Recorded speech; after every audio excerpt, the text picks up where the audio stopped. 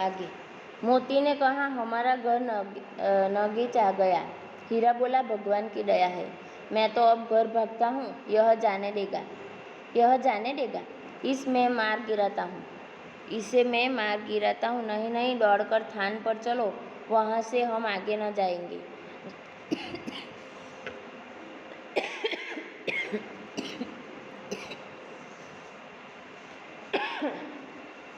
दोनों उन्मत्त होकर बछड़ों की भांति कुलेले करते हुए घर की ओर दौड़े। वह हमारा थान है। दोनों दौड़कर अपने थान पर आए और खड़े हो गए।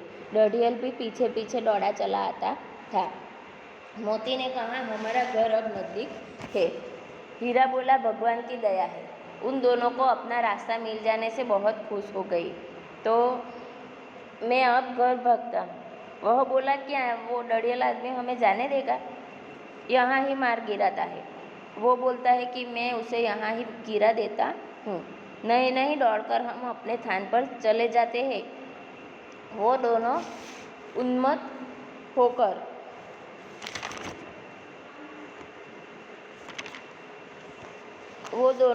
होकर वहाँ से भागे।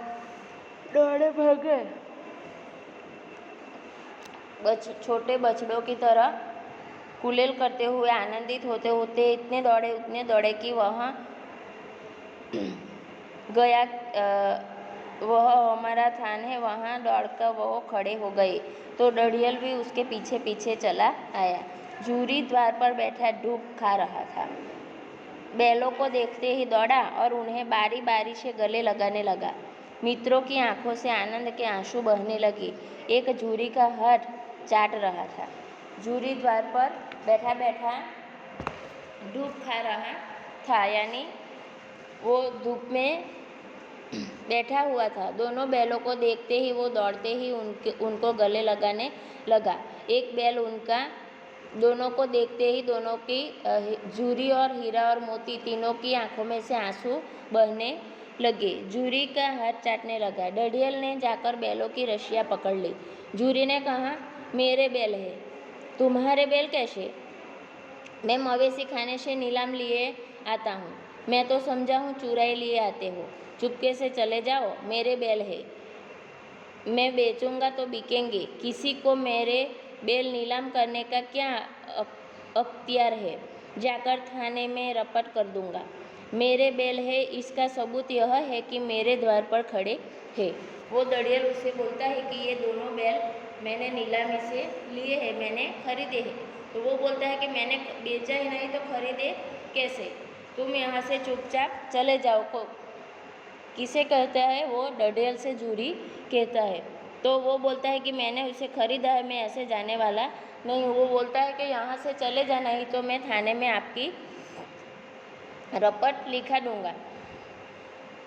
वो मेरे पास सबूत है कि वो बैल मेरे हैं। वो मेरे घर पे, मेरे थाने पे, उनकी जगह पे आके खड़े हो गए।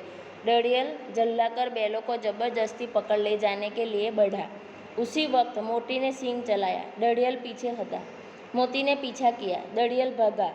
मोती पीछे दौड़ा। गांव के बाहर निकल जाने पर वह रुका, पर खड़ा डढ़ियल का रास्ता देख रहा था।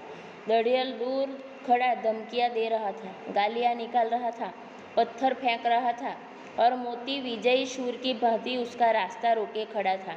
गांव के लोग यह तमाशा देखते थे और हंसते थे। डढ़ियल जल्लाकर बैलों को जबरदस्ती से ले जाने के लिए आगे बढ़ा। तब मोती ने उसकी सींग चलाना। मोती ने उनके ऊपर उल्टा वार करना शुरू किया, उनका सामना करना शुरू किया।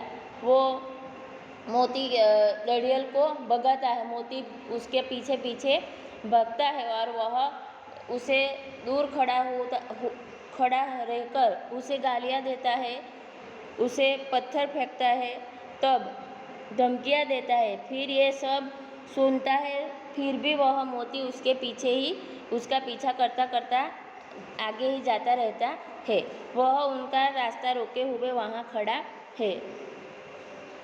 लोग ये तमाशा देखते हैं। किसका तमाशा? वो डढ़ियल आदमी का और मोती का, और हंसते रहते हैं। जब डढ़ियल हार कर चला गया तो मोती अकड़ता हुआ लौटा। हीरा ने कहा, मैं डर रहा था,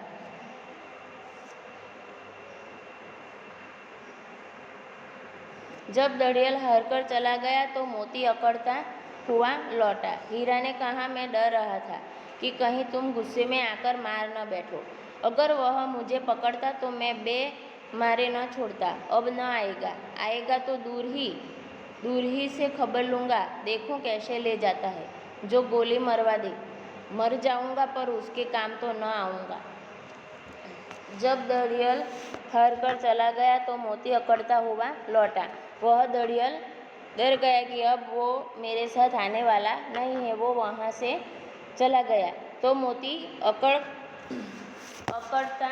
हुआ लौटा, यानी खुश होते हुए वह वापिस जूरी के घर पे आया। हीरा ने कहा, मैं डर रहा था कि तुम गुस्से में आकर उसे मार न बैठो।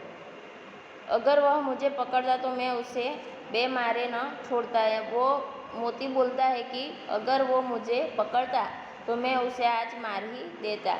अब न आएगा, आएगा तो दूर ही खबर लूँगा, देखूँ कैसे ले जाता है।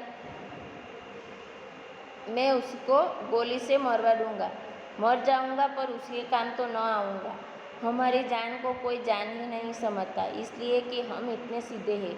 जरा देर में नादों में खली भूसा, चोकर और दाना भर दिया गया और दोनों मित्र खाने लगे। जूरी खड़ा दोनों को सहला रहा था और 20 लड़के तमाशा देख रहे थे। सारे गांव में उत्साह सा मालूम होता था। उसी समय मालकिन ने आकर दोनों के माथे चूम लिए। वहाँ जूरी के घर पे दोनों बैलों को नांद में खली भूसा, चोकर और दाना सब भर दिया गया। दोनों बैलों ने पेट भर के खाना खाया। इतने दिन से वो भूखे थे तो बराबर पेट भर के खाना खा लिया। वहाँ सहला रहा था। जूरी दोनों बैलों को सहला रहा था, प्यार से उसके सिर पर हाथ फेर रहा था और वहाँ 20 लड़के तमाशा देख रहे थे। सारे गांव उत्साह सा, यानी कुछ प्रसंग हो ऐसा मालूम पड़ रहा था। उसी समय वो जूरी की बीवी मालकिन आकर उन दोनों बैलों को चूमने लगी। तो बच्चों, यहाँ हमारी 2 बैलों की कथा पूर्ण होती है, समाप्त होती है। मैं उनकी PDF, स्वाध्याय की PDF भेज दूँगी।